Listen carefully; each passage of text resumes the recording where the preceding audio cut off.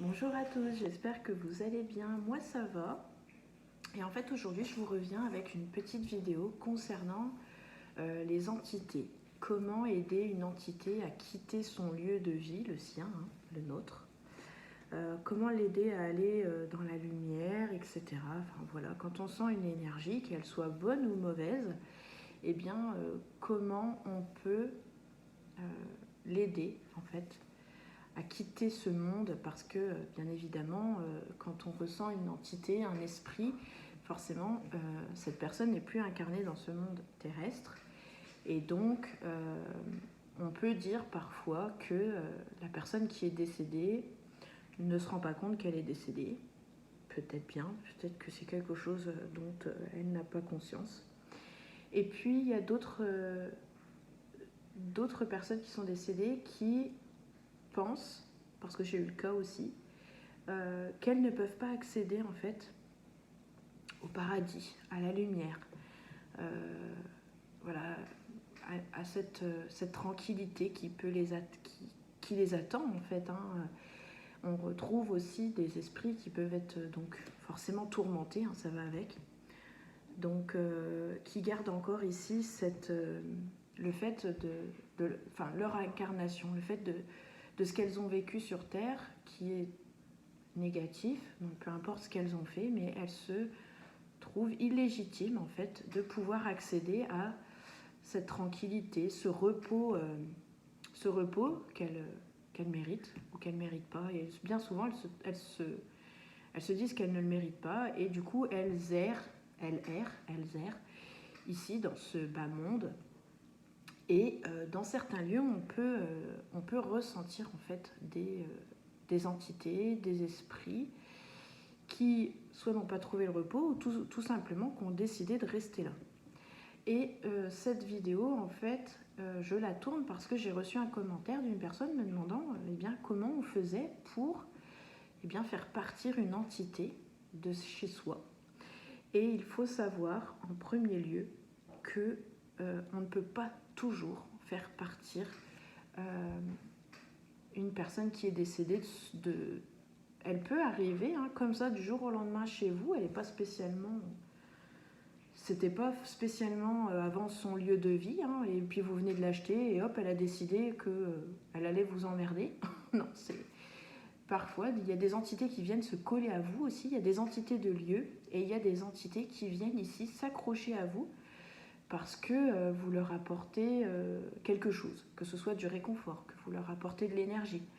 Vous leur apportez aussi, si ce sont des esprits un peu malveillants, eh bien vous pouvez ils peuvent en fait vous envoyer des choses, vous faire des choses qui vont vont vous faire du mal, et eux, eh bien ça va leur faire du bien, parce que ce sont à la base des personnes mal intentionnées, qui aiment bien faire du mal, qui prennent plaisir à faire du mal aux gens, et voilà, c'est leur délire, c'est leur délire. Donc on ne peut pas toujours, il faut savoir vraiment en premier lieu qu'on ne peut pas toujours se défaire d'un esprit qui a décidé ici de vous coller.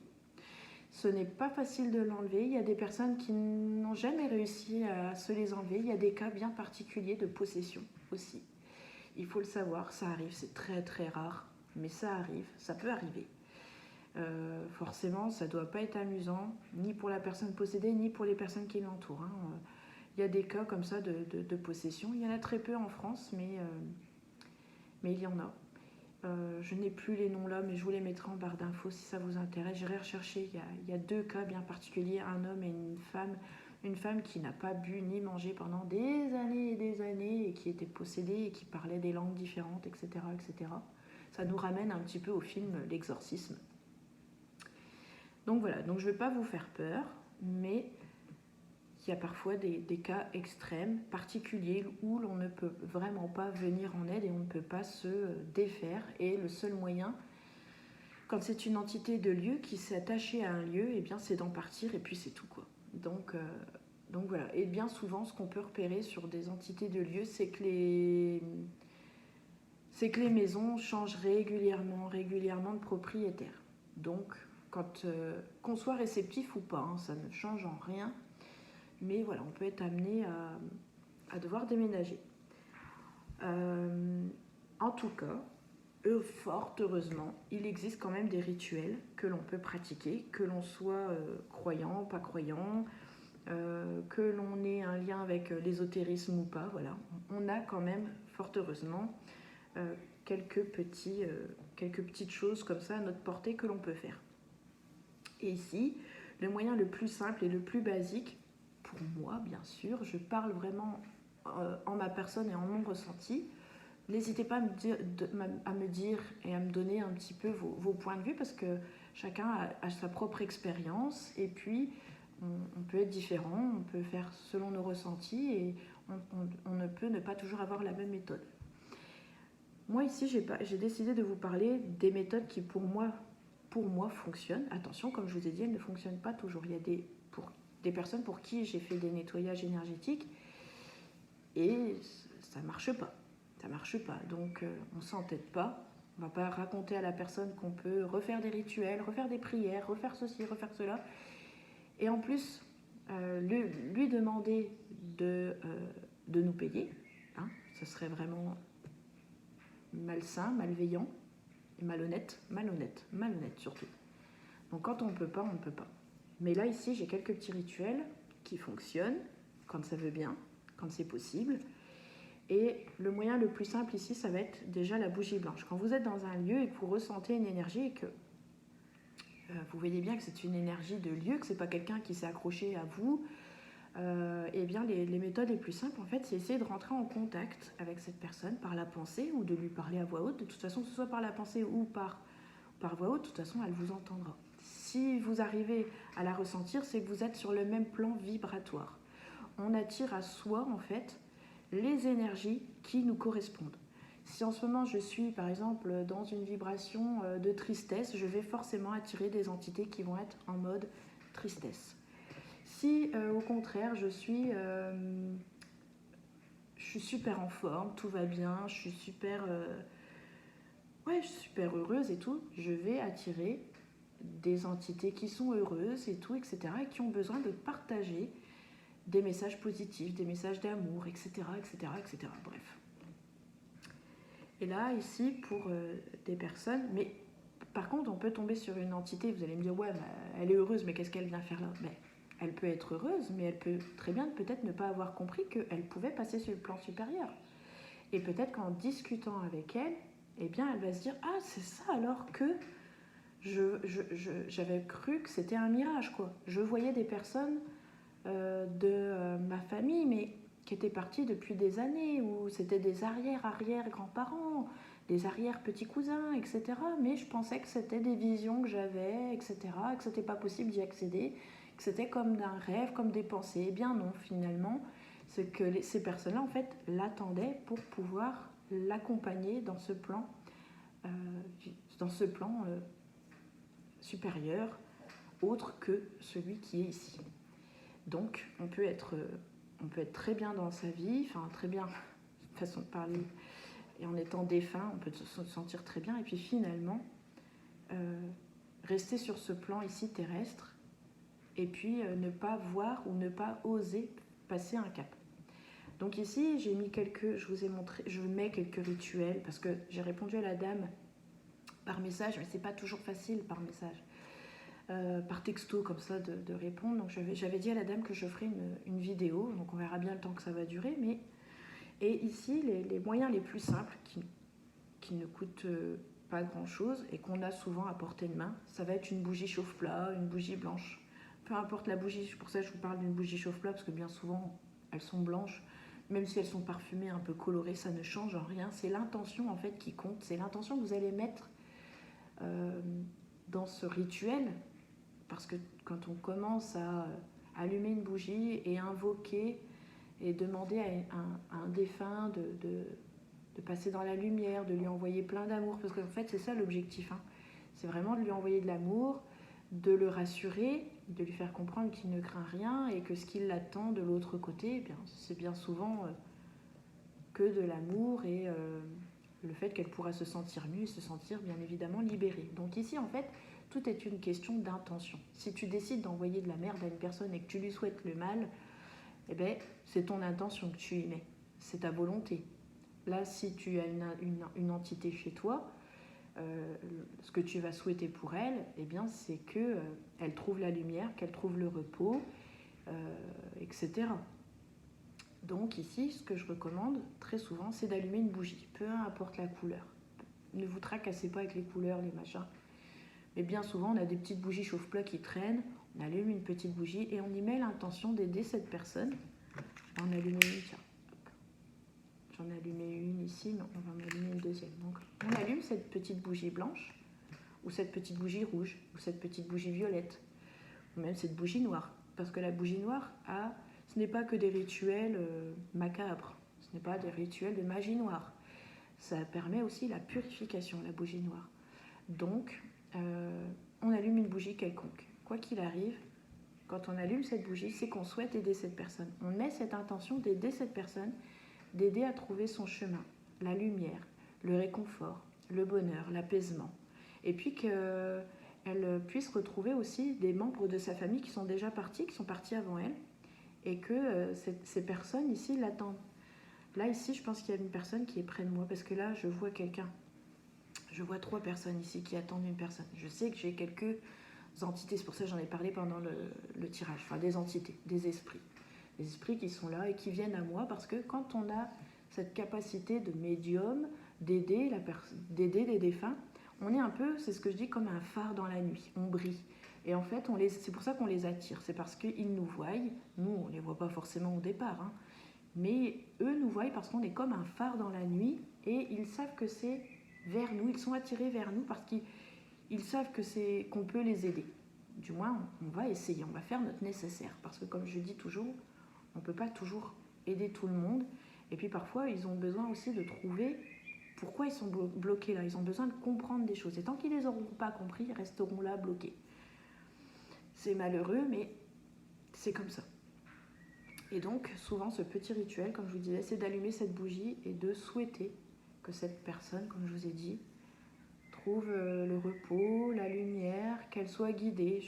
Bien souvent, j'appelle les guides de cette personne et puis les membres de sa famille qui sont déjà partis, qui puissent venir ici la chercher et l'accompagner, la guider dans la lumière. Et bien souvent, on ressent, un peu comme dans... C'est ce que je disais à ma cousine il y a quelques jours. C'est un peu comme dans Ghost Whisperer. Ce sont quand même tirés de faits réels. C'est quand même quelqu'un qui vient raconter une histoire. Elle ne raconte pas des bêtises. Et je me retrouve dans certaines choses, pas dans tout bien évidemment, parce que chacun a sa propre expérience, a sa propre méthode.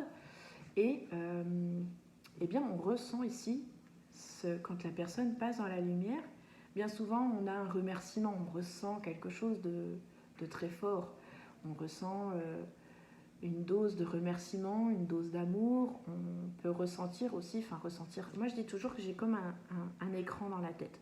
Et on peut voir ce au revoir avec ce grand merci qui l'accompagne. Et hop, la lumière s'éteint ou la porte se referme, ça dépend. Et là, vous pouvez vous dire que c'est bon, la personne est passée de l'autre côté et qu'elle y sera bien. Et elle y sera bien, voilà. Donc le rituel de la bougie, peu importe la couleur, comme je vous ai dit, aide énormément. Et ce qui aide énormément aussi, c'est que le défunt soit mis en confiance. Ça, c'est primordial. S'il sent que vous lui racontez des conneries ou qu'il n'a pas confiance en ce que vous lui dites, il n'ira pas. Et il va partir. Il ira chercher quelqu'un d'autre ou il fera autre chose ou il restera là, il attendra plusieurs jours ou ce ne sera pas le bon moment. Mais la bougie, c'est déjà vraiment une aide. N'allez pas imaginer une porte qui s'ouvre, surtout ne le faites pas. Ne le faites pas parce que vous allez en fait ouvrir une porte qui va laisser sortir des entités qui ne sont pas là pour faire le bien. Donc surtout, vous ne les laissez surtout pas, vous n'ouvrez surtout pas. Les choses doivent se faire naturellement. Alors j'ai la bougie qui est en train de fuir. Hop, on va mettre un petit coton. Et du coup, surtout ne vous amusez pas à faire ça. Vraiment, vraiment, vraiment. J'ai entendu des soi-disant passeurs d'âme qui imaginaient une porte qui s'ouvre et ceci. Et en fait, non, arrêtez votre délire. Les choses doivent se faire d'elles-mêmes. Vous ne devez rien faire. Vous ne devez pas vous imaginer et je t'ouvre la porte et je te dis qu'il y a la lumière et voilà, et ceci. Non, tu n'ouvres rien du tout. Surtout, tu n'ouvres rien du tout. Tu laisses faire les choses. Tu ne sens pas que la lumière arrive, tu ne sens pas quelqu'un qui vient chercher la personne et qui l'emmène et tout par bienveillance. Non, il faut se laisser aller, il ne faut rien imaginer, il ne faut rien faire. Les choses doivent se faire d'elles-mêmes. N'allez surtout pas ouvrir une porte. J'ai eu le coup, parce qu'au départ, j'y connaissais rien et je voyais des défunts, des entités qui venaient me voir. Et on me disait, mais c'est parce que tu dois les aider, tu es passeur d'âme. Non, il n'y a pas d'histoire de passeur d'âme. C'est tout autre chose, mais les entités, les défunts sentent quand on est capable de pouvoir les aider, on peut les ressentir, etc. Et que peut-être on peut leur venir en aide. C'est pas toujours le cas. Il faut arrêter de se prendre pour Dieu. On ne peut pas toujours les aider. Hein. Mais surtout, n'ouvrez rien. N'allez pas écouter ces conneries. Franchement, c'est de la connerie, je vous le dis, parce que je l'ai fait. Donc, hein. Et vraiment, j'imaginais cette porte, je lui ouvrais la porte, et en fait non, je vous assure, je les voyais ces choses sortir de cette porte. Ils en profitent, il y a des esprits malsains qui sortent de ces portes. Donc vous n'imaginez rien du tout. Vous laissez vraiment les choses se faire naturellement. Ensuite, ce qu'il est bon de faire, c'est de prendre de l'encens, bien évidemment. Je n'ai pas pris, mais vous avez l'encens à la sauge. Alors, vous avez plusieurs types. Moi, ce que je préfère, c'est de prendre de la sauge, mais naturelle, en plante. En faire un petit fagot. J'en fais pousser dans le jardin exprès pour faire mes petits fagots naturels. Et hop, je fais un petit tour dans toute la maison, toujours dans le sens des aiguilles d'une montre. Je vais toujours dans le sens des aiguilles d'une montre. Les choses sur la terre vont toujours dans le sens des aiguilles d'une montre. Elles tournent toujours de la même manière. Donc, il faut aller dans ce sens-là. Je pense. C'est mon point de vue. Après, vous pouvez aller dans l'autre sens. Si ça marche pour vous, c'est OK, il n'y a aucun problème. Je n'irai pas contre. Chacun fait selon son ressenti. Pour moi, c'est vraiment d'aller dans le sens des aiguilles d'une montre. Pour moi, c'est quelque chose qui est OK pour moi, qui me parle, qui est OK. Et je fais le tour de la maison avec mon encens, soit à la sauge blanche, soit au sang de dragon, le palo santo. Après, moi, ce que j'aime bien aussi, c'est les encens en grains. J'aime bien l'encens d'église, l'encens de Jérusalem. Tout ce qu'on peut retrouver lors de baptême, de célébration, lors de... Alors, je vais tellement à l'église que je connais pas les noms, mais lors de cérémonies, vous voyez, le dimanche, tu vas à la messe, voilà, cherchez le mot, tu vas à la messe, le prêtre, il passe un petit peu d'encens et tout, eh bien, cet encens, il est là, ici, pour te purifier, pour te nettoyer, en fait. Et il nettoie le lieu, l'église, et il nettoie les personnes qui sont là autour du prêtre. Eh bien, c'est la même chose. Donc, vous avez l'encens d'église, l'encens de Jérusalem, Bethléem, il y en a plusieurs. Allez toujours vers celui qui vous appelle. Il y a l'odeur aussi qui peut jouer aussi fortement, mais laissez-vous guider, surtout par votre intuition, par l'odeur, ce qui fait écho pour vous. Donc, après avoir fait un petit passage d'âme, comme ça, avec la bougie blanche, j'aime bien passer un petit coup d'encens, de sauge, etc. dans la maison. Et puis aussi, ce qu'il est bon de faire quand on a eu des entités ou que l'on a des entités pour que ça absorbe ici le côté négatif des choses, parce que souvent les entités, les esprits peuvent déposer, parce qu'il y a une charge ici, ils peuvent déposer des énergies qui sont négatives. Ça va avec leur mal-être, les choses qu'ils ont eues de leur passé, et ils te les déposent, que ce soit sur toi ou dans ta maison. Et ce que j'aime bien faire, c'est prendre du gros sel de mer, du sel de Guérande, peu importe le sel, voilà. Attention, parce que par contre, le gros sel est très humide. Ne jamais le poser à un endroit, à même le sol, parce que alors là, vous allez vous faire bouffer votre plancher. Si vous avez du plancher, vous allez pleurer. Ça amène énormément d'humidité. Donc c'est quelque chose que je laisse poser 3-4 jours sur une feuille d'aluminium que je remballe et que je jette à la poubelle. Voilà. Il n'y a pas d'histoire. Au pire, vous pouvez jeter le sel dans les toilettes, tirer la chasse d'eau, ou jeter le sel dehors. Par contre, en dehors, vraiment très loin en dehors de votre lieu de vie. N'allez pas jeter ça dans votre jardin, parce qu'en fait, les énergies vont rester dans votre jardin. C'est du vécu. Donc, jetez ça loin de chez vous. Il est possible donc d'en mettre aux 4 coins de la maison. Moi, je pratique toujours dans le sens des aiguilles d'une montre. Donc, je vais commencer de ma porte d'entrée, du coin de ma porte d'entrée à la droite, et je vais faire le tour des 4 coins de la maison pour créer vraiment une protection globale. Je ne vais pas m'amuser à faire toutes les pièces. Et en même temps, je demande à l'univers, à l'archange Michael. Je fais une sorte de rituel où je demande, où je dis que par ce sel, je demande à ce que cette maison, que ce sel nettoie, que ce sel purifie les énergies de ma maison, etc. etc. Voyez, vous faites votre petit rituel, votre petite prière. Il n'y a pas besoin d'aller chercher des livres, etc. Même si j'en ai mis sous la main pour vous aider. Mais voilà, il y a ce type de rituel à faire, c'est le gros sel. Alors attention, parce que le gros sel emmagasine énormément, il absorbe énormément d'énergie et très vite. C'est pas dit que le soir même ou une heure après, vous devez changer votre sel. Hein. Vous allez le voir à la couleur qu'il fait ou à l'aspect. Laissez-vous vraiment guider par votre intuition. Vraiment. Ne faites pas forcément par rapport aux livres et les on-dit. Laissez-vous vraiment guider par votre intuition, vous aurez les meilleurs résultats possibles. Donc le gros sel, c'est vraiment quelque chose de très important pour purifier, nettoyer une maison. C'est connu de chez connu. Vous vous sentez mal, vous sentez que l'entité aussi vous a collé pendant très longtemps et elle vous a fatigué, parce qu'une entité bouffe aussi beaucoup d'énergie. Hein. Elle vous bouffe votre propre énergie à vous. Hein. Et elle laisse forcément du négatif, des choses comme ça dans la maison ou sur vous. Donc là, c'est pareil, ce que j'aime bien, c'est faire le rituel du bain de sel. Mettez quelques pincées de sel dans votre bain et c'est parti.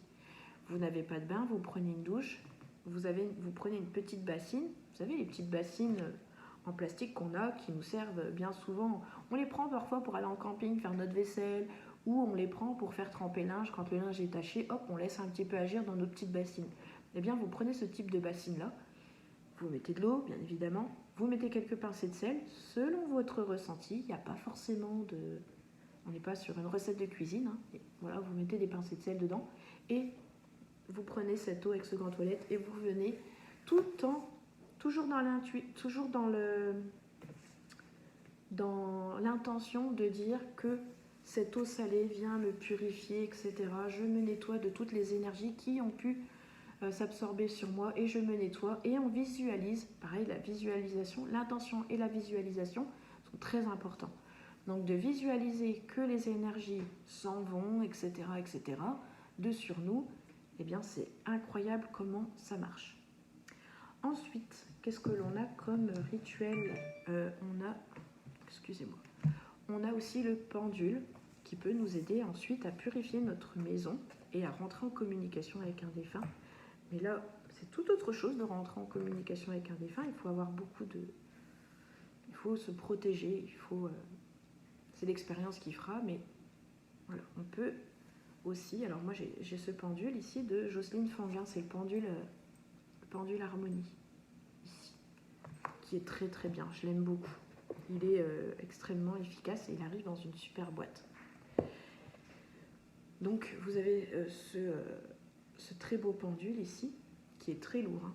C'est pas de la gnognotte. Et donc ici, on va faire tout le tour de la maison. Et on va purifier la maison. Donc on va demander au pendule de purifier. Donc là, on fait pièce par pièce. Donc quand il va purifier, on va demander au pendule, est-ce qu'il y a des énergies négatives selon la convention que vous allez avoir avec votre pendule. Par exemple, moi pour le 8, il va tourner dans le sens des aiguilles d'une montre. Donc s'il tourne dans le sens des aiguilles d'une montre, oui, il y a quelque chose. Si, pour moi, la convention que j'ai pour le non avec celui-ci, c'est qu'il va de bas en haut. Voilà, il ne tourne pas dans le sens inverse. Moi, il va de bas en haut. Mais pour vous, il peut aller dans le sens inverse. Etc. Voyez, selon la convention que vous allez. Laissez-vous vraiment guider quand vous achetez votre pendule. Et puis, vous allez demander à votre pendule, purifie, nettoie les énergies, enfin décharge, parce que c'est chargé. Donc, je te demande, pendule, de décharger les ondes négatives de cette pièce. Et quand il va décharger, logiquement, il va partir dans le sens inverse des aiguilles d'une montre. Et il va décharger, et il va décharger, et il va décharger, et il va décharger. On le laisse faire jusqu'à la fin. Et quand il a terminé, moi généralement il oscille de bas en haut. Pour moi, c'est qu'il a terminé. Ensuite, ce que je lui demande, c'est pendule, peux-tu recharger en ondes positives cette pièce? Et là, normalement, il se met à osciller dans le sens des aiguilles d'une montre. Et il y va, et il y va, et il y va, et je le laisse faire, et je le laisse faire, et je fais tout le tour de la pièce. Comme ça, je suis vraiment bien concentrée. Et j'ai cette intention aussi, que je souhaite que ce pendule purifie. Donc j'imagine, et de toute façon vous le ressentez, vous sentez vraiment que les énergies en fait négatives s'en vont. Vous le ressentez vraiment. Donc voilà un petit peu ce type de rituel que vous pouvez imaginer pour... que vous pouvez faire pour votre lieu de vie. Donc le pendule, ça marche vraiment très très bien et ça marche sur plusieurs jours. Et n'hésitez pas à le refaire quand vous en sentez le besoin. En fait, il faut juste se laisser guider. Donc il y a la méthode du pendule. Peu importe le pendule que vous avez, n'allez pas chercher un pendule à harmonie de Jocelyne Fanguin. Moindre pendule de base fera exactement le même travail. Et ensuite, vous avez les prières. Donc ici, je vous ai pris un exemple de l'abbé Julio, que l'on m'a conseillé, que en faisant mes recherches, j'avais trouvé et qui m'appelait vraiment. Et une amie m'a dit, si tu veux des bonnes prières qui marchent bien, tu regardes après les prières de l'abbé Julio. Donc, vous retrouvez toutes les prières, en fait, ici dans ce livre. Vous avez vraiment beaucoup de prières, que ce soit pour... alors, vous avez prière pour chasser d'une habitation ou des animaux tout mauvais esprit. Prière contre la possession ou autre tourment des mauvais esprits. Vous avez aussi contre les accouchements, les maléfices de mariage, etc. Quand on vous souhaite du mal, vous voyez, vous avez aussi les prières à Saint-Antoine de Padoue pour les objets perdus. Vous avez les prières à Saint-Joseph pour les affaires qui sont les affaires embarrassées, pour trouver un travail, etc., etc. Vous avez vraiment beaucoup de choses. Prière au Saint-Esprit et aux âmes du purgatoire. Qu'est-ce qu'il y avait d'autre? Il y avait une autre... là, vous avez des psaumes aussi, pour les tourments, pour les défunts, etc. Vous devez voyager, vous avez besoin de prier. Il y a des prières contre. Il y a des prières contre les mots, donc les mots de tête, les mots de... Voilà, les mots MAUX. Vous avez aussi les prières contre la possession, les mauvais esprits, etc. Je ne sais plus si je vous l'ai dit. Vous avez aussi la prière de Saint-Cyprien contre le malin. Vous avez aussi des psaumes pour remercier des choses pour remercier Dieu, remercier l'univers par rapport au rituel que vous avez fait. Et si vous avez eu de bons résultats, eh bien vous avez aussi des prières de remerciement.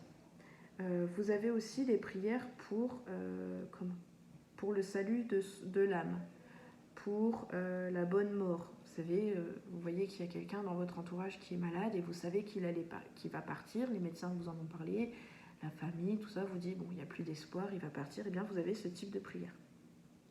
Donc vraiment, c'est très bien.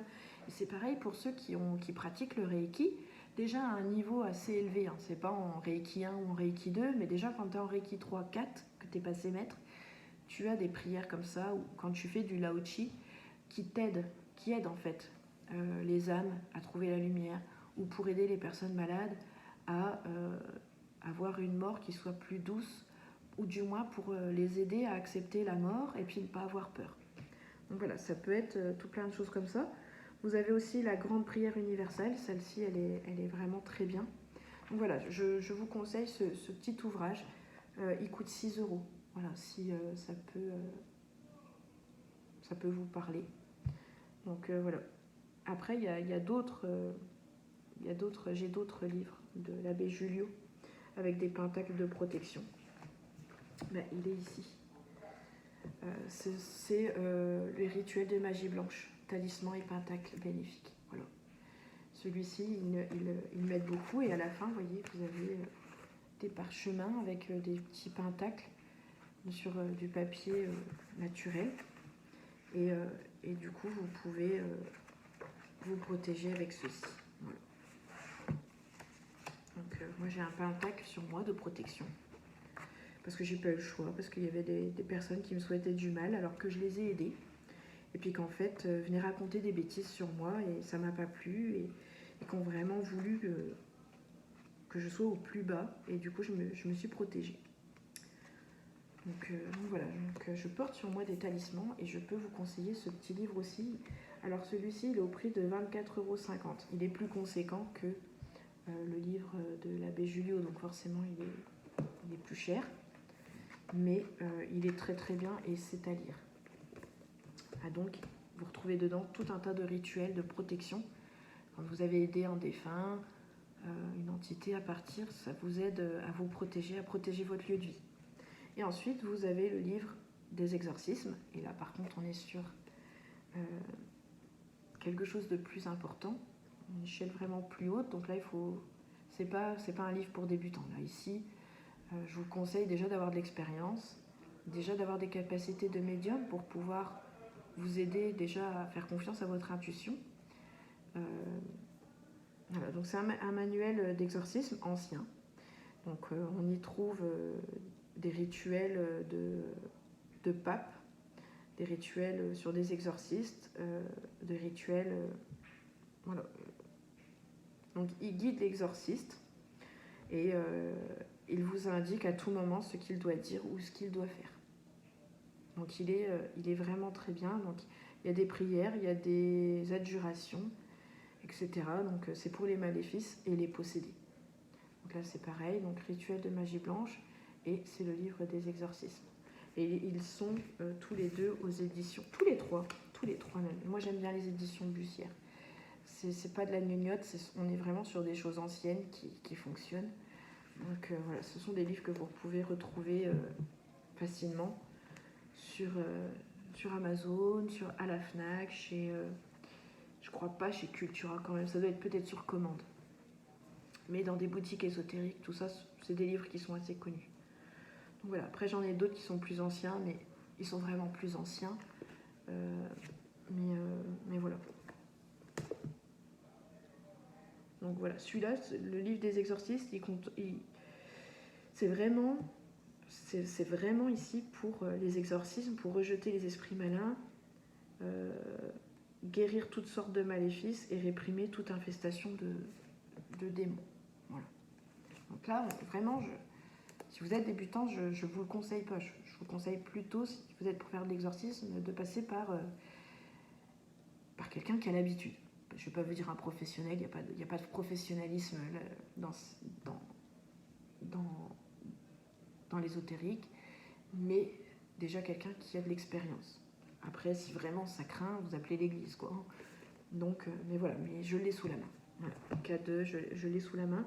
Je l'ai acheté parce que j'ai pensé que, mais voilà. Donc voilà.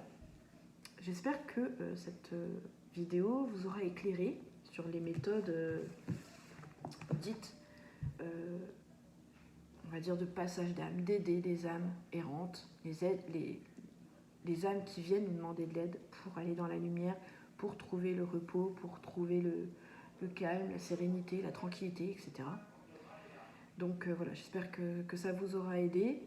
Et puis n'hésitez pas à commenter, à échanger, j'aime beaucoup échanger sur les rituels que chacun peut avoir. Donc n'allez pas me critiquer pour me dire bah, tu te rends pas compte, c'est pas comme ça, c'est comme ça. Non, chacun a sa méthode, donc venez pas me dire bah, t'as pas honte, tu fais comme ci, c'est pas comme ça. Non, chacun a sa méthode, donc. Mais je serais ravie d'échanger avec vous sur les méthodes de chacun. Et puis voilà, ça me fera plaisir. J'espère en tout cas que cette vidéo vous aura éclairé, vous aura aidé. N'hésitez pas à liker, à partager et je vous remercie de l'avoir suivi. Je vous dis à très bientôt. Ciao, ciao.